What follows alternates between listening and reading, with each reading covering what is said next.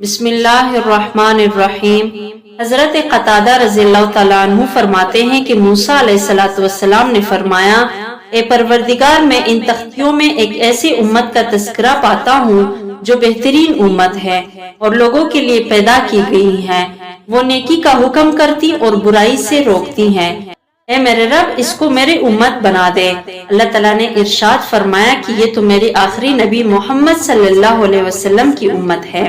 موسیٰ علیہ السلام نے فرمایا، اے اللہ، میں ان تختیوں میں ایسے قوم کا تذکرہ پاتا ہوں جس پر نازل ہونے والی آیات اس کے سینے میں ہوں گے۔ اس سے پہلے لوگ اپنی کتاب کے اوپر دیکھ کر پڑھتے تھے، اور جب ان کے سامنے سے کتاب اٹھا لی جائے تو وہ ان کو یاد نہیں رہتی اور نہ وہ اسے پہچان سکتے ہیں۔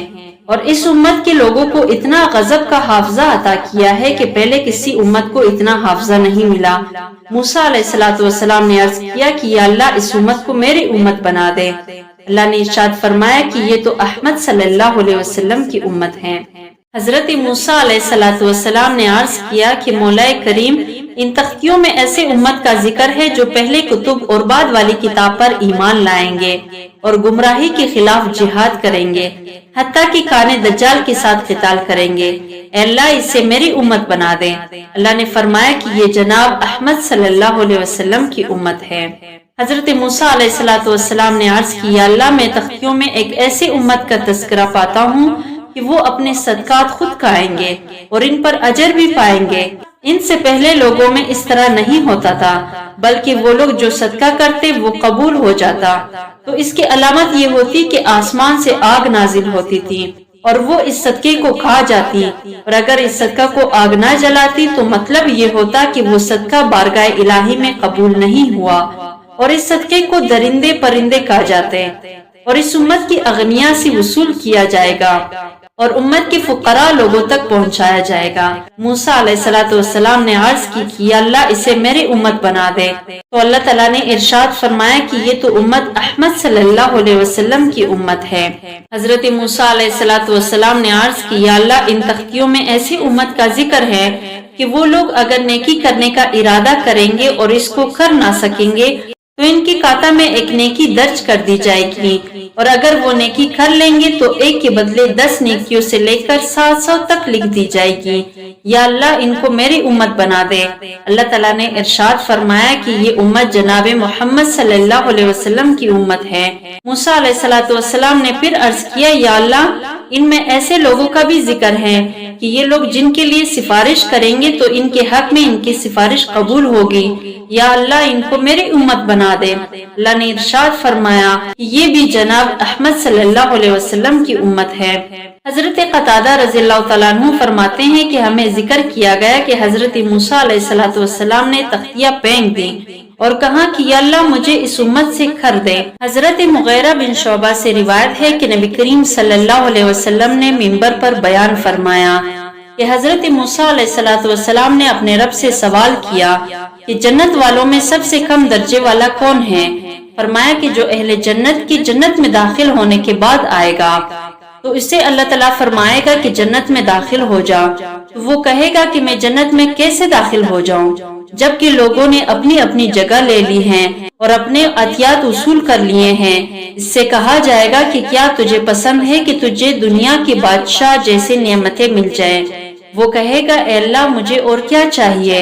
اسے کہا جائے گا کہ تیرے لیے یہ ہے اور اتنا ہی اس کے ساتھ اور ہے۔ وہ کہے گا، یا اللہ، مجھے اور کیا چاہیے؟ اسے کہا جائے گا کہ تیرے لیے اس میں ہر وہ چیز ہے جو تیرا جی چاہے گا اور جس سے تیری آنکھ لذت محسوس کرے گی۔ حضرت موسیٰ علیہ السلام نے اپنے رب سے سوال کیا کہ جنتیوں میں سب سے اونچے مرتبے والا کون ہے؟ فرمایا کہ ان کے متعلق تجھے بیان کرتا ہوں کہ ان کی عزت کا درخت میں نے اپنے ہاتھ سے لگایا اور ان پر اسے ختم کر دیا۔ اسے کسی آنکھ نے دیکھا نہیں، کسی کان نے سنا نہیں، اور کسی انسان کے دل میں اس کا خیال تک نہیں گزرا۔ حضرت ابو ہریرہ رضی اللہ تعالیٰ عنہ نبی کریم صلی اللہ علیہ وسلم سے بیان فرماتے ہیں کہ آپ نے فرمایا کہ حضرت موسیٰ علیہ السلام نے اپنے رب سے 6 خوبیوں کے بارے میں سوال کیا جن کے متعلق آپ کا خیال تھا کہ وہ صرف ان کے اندر پائی جاتی ہیں، اور 7ویں خوبی کو موسیٰ علیہ السلام پسند نہیں فرماتے تھے۔ عرض کیا اے پروردگار تیرے بندوں میں سے سب سے زیادہ پرہیزگار کون ہے؟ فرمایا جو ہر وقت مجھے یاد کرتا رہتا ہے اور بھولتا نہیں۔ پھر سوال کیا یا اللہ تیرے بندوں میں سب سے زیادہ ہدایت یافتہ کون ہے؟ فرمایا جو ہدایت کی پیروی کرتا ہے۔ پھر سوال کیا سب سے اچھا فیصلہ کرنے والا کون ہے؟ فرمایا وہ جو لوگوں کے لیے وہی فیصلہ کرے جو اپنے لیے پسند کرتا ہے۔ پھر سوال کیا سب سے زیادہ علم والا کون ہے؟ فرمایا جو علم سے کبھی سیر نہ ہو اور وہ لوگوں سے علم سیکھ کر اپنے علم میں اضافہ کرتا رہے۔ پھر سوال کیا سب سے زیادہ عزت والا کون ہے؟ فرمایا جب اس کو قدرت ہو تو وہ معاف کر دے۔ پھر سوال کیا سب سے زیادہ غنی کون ہے؟ فرمایا جو صرف اتنے سے راضی ہو جائے جو اسے دیا جائے۔ پھر سوال کیا تیرے بندوں میں سب سے زیادہ فقیر کون ہے؟ فرمایا جو اللہ کی عطا کردہ مال کو کم سمجھے اور اس پر راضی نہ ہو۔ آخری بات کے متعلق رسول اکرم صلی اللہ علیہ وسلم نے فرمایا کہ غنا اور مالداری مال کی کثرت کا نام نہیں ہے بلکہ مالداری دل کی ہے۔ جب اللہ اپنے بندے کے ساتھ بلائی کا ارادہ کرتا ہے تو اپنا ڈر اس کے دل میں پیدا کر دیتا ہے، اور جب اللہ تعالیٰ کسی کے ساتھ برائی کا ارادہ کرتا ہے تو فقیری اس کی آنکھوں کے سامنے کر دیتا ہے، یعنی ہر وقت اسے اپنے محتاجی اور افلاس کا احساس رہتا ہے۔ حضرت ابو سعید خدری رضی اللہ تعالیٰ عنہ روایت فرماتے ہیں کہ نبی کریم صلی اللہ علیہ وسلم نے ارشاد فرمایا کہ موسیٰ علیہ السلام نے بارگاہ الہی میں عرض کیا کہ اے اللہ مجھے ایسے چیزیں سکھائے جس کے ساتھ میں آپ کو یاد کیا کروں اور آپ کو پکاروں۔ تو اللہ تعالیٰ نے ارشاد فرمایا کہ اے موسیٰ کہہ لا الہ الا اللہ۔ موسیٰ علیہ السلام نے عرض کیا کہ یہ تو تیری تمام بندے کہتے ہیں۔ اللہ تعالیٰ نے فرمایا کہ کہہ لا الہ الا اللہ۔ موسیٰ علیہ السلام نے پھر عرض کی کہ مجھے کوئی خصوصی چیز سکھائے۔ ارشاد باری ہوا اگر ساتوں آسمان اور ساتوں زمینیں اور ان کے اندر کی تمام چیزوں سمیت ترازو کے ایک پلڑے میں رکھ دی جائے اور لا الہ الا اللہ دوسرے پلڑے میں رکھ دیا جائے تو یہ اکیلا ان سے وزنی ہو جائے گا۔ حضرت ابن عباس رضی اللہ تعالیٰ عنہ سے روایت ہے کہ بنی اسرائیل نے موسیٰ علیہ السلام سے سوال کیا کیا آپ کے رب کو نیند آتی ہے؟ فرمایا اللہ سے ڈرو۔ اللہ تعالیٰ نے موسیٰ علیہ السلام کو آواز دی کہ انہوں نے تجھ سے دریافت کیا ہے تیرا رب سوتا ہے، تو آپ اپنے دونوں ہاتھوں میں 2 شیشے پکڑ کر رات بھر کھڑے رہے۔ موسیٰ علیہ السلام نے حکم کی تعمیل کی۔